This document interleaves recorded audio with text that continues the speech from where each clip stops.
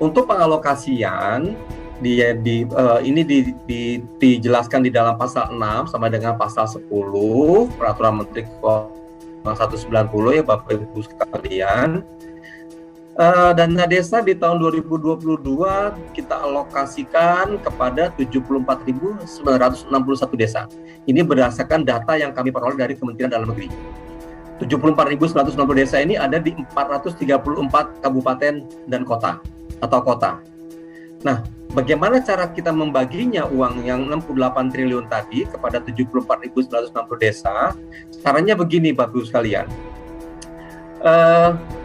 Di dalam dana desa itu ada 4 komponen. Ada alokasi dasar, ya, porsinya 65%. Jadi dari 68 triliun itu kita ambil 65%-nya sebagai alokasi dasar. Sehingga besarannya adalah yang ditabel sebelah kanan bawah. Sehingga alokasi dasar itu besarnya adalah 44,2 triliun.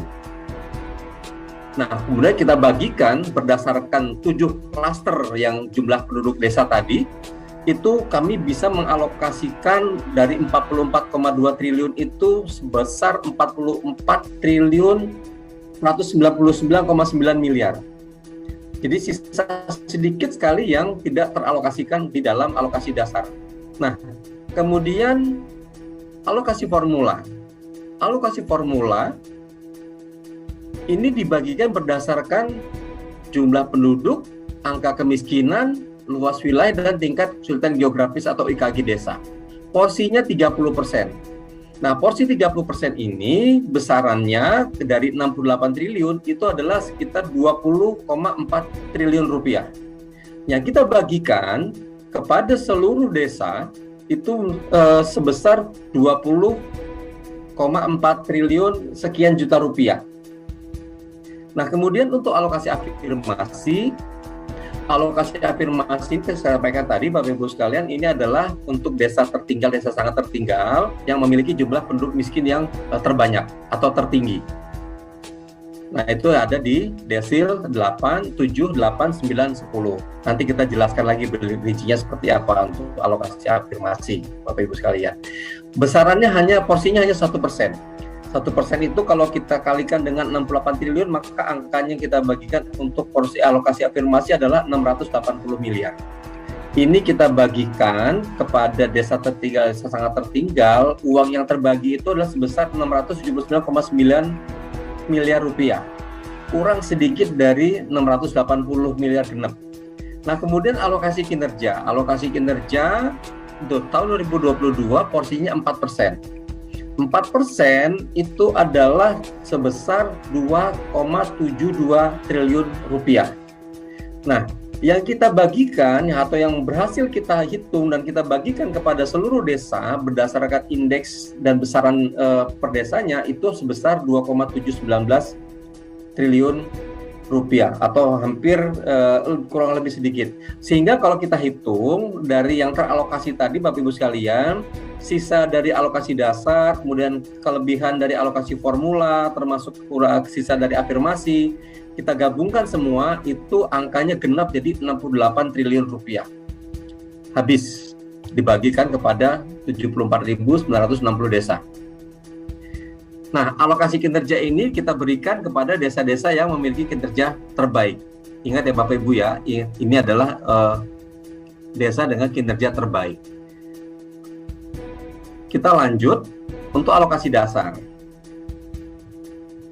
Alokasi dasar yang 44,2 triliun tadi itu Bapak Ibu sekalian, ini kita bagikan kepada seluruh desa secara proporsional. Jadi kita bagikan berdasarkan klaster jumlah desa dengan klaster jumlah penduduk. Ya.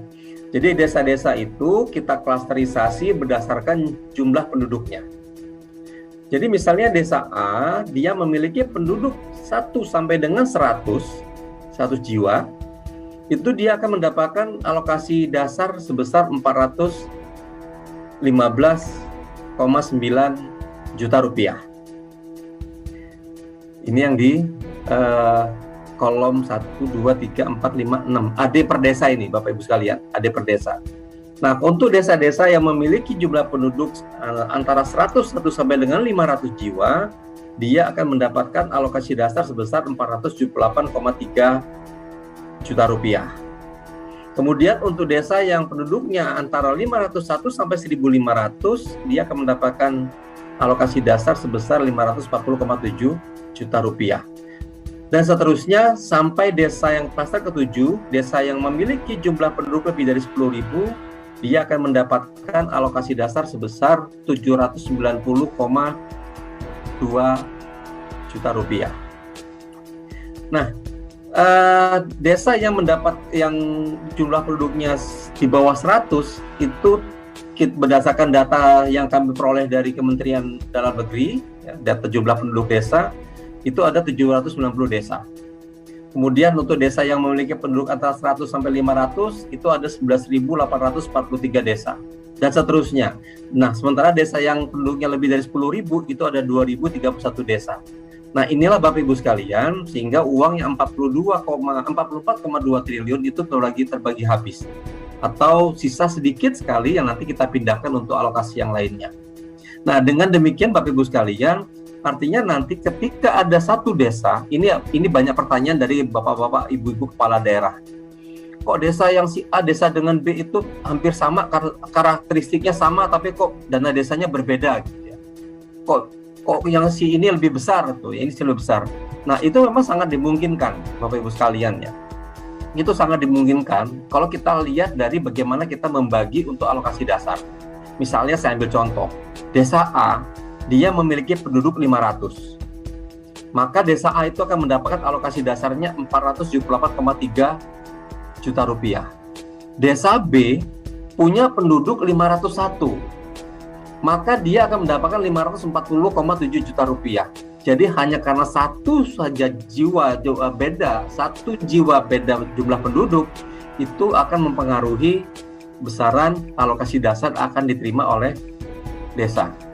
Namun demikian Bapak Ibu sekalian, pembagian berdasar klaster seperti ini menurut kami lebih proporsional ya, karena memang semakin banyak penduduk di satu desa, tentunya kewajiban kita untuk memberikan layanan kepada masyarakat semakin besar. Oleh karena itu kebutuhan dana untuk memberikan pelayanan itu akan semakin besar. Sehingga semakin banyak penduduk di satu desa, maka tentunya hak desa tersebut untuk mendapatkan dana desa menjadi lebih besar. Itu yang kita sebut dengan proporsionalitas atau kita sebut dengan pola distribusi yang seimbang atau proporsionalitas dalam pendistribusian. Nah, ini untuk alokasi dasar Bapak Ibu sekalian.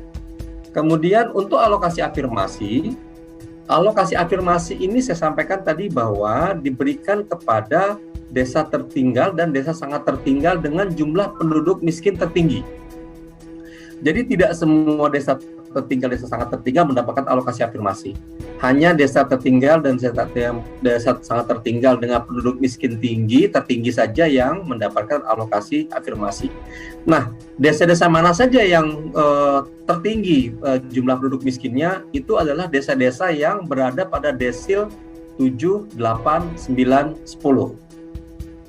Jadi desil itu Bapak Ibu sekalian, desa tertinggal dan desa sangat tertinggal itu kami kelompokkan. Kemudian kami ranking di dalam menjadi desil ya. Desil itu dalam 10 besar ya, 10%. Dalam 10 kelompok 10%. Jadi ada desil 1 10% pertama, desil 2 itu 10% kedua, desil 3 itu 10% ketiga, sehingga sampai ke 10% ke 10 itu adalah yang desil ke-10. Nah, yang kita ambil untuk mendapatkan alokasi afirmasi adalah desa-desa yang berada pada desil 7, 8, 9, 10. Artinya memang desa-desa yang berada pada desil 7, 8, 9, 10 ini adalah desa-desa yang memang penduduk miskinnya terbanyak. Nah, untuk desa tertinggal di tahun 2021 yang mendapatkan alokasi afirmasi itu ada 3.414 desa. Besarannya per desa, alokasi afirmasi itu sebesar 119,4 juta rupiah. Kemudian untuk desa sangat tertinggal, itu ada 1.140 desa yang mendapatkan alokasi afirmasi. Nah, untuk besaran alokasi afirmasinya per desa sebesar 238,8 juta rupiah. atau dikali 2 dengan besaran alokasi afirmasi untuk desa tertinggal. Nah, ini yang kita sebut dengan alokasi afirmasi. Namun Bapak Ibu sekalian, alokasi afirmasi ini semakin tahun tentunya selalu menjadi bahan evaluasi kami.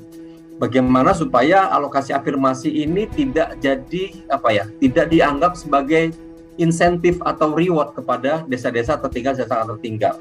Kami ingin sebenarnya desa-desa ini dengan adanya alokasi afirmasi itu bisa melakukan perbaikan atau bahkan bisa mengubah statusnya menjadi lebih baik, sehingga keluar dari zona tertinggal pun sangat tertinggal.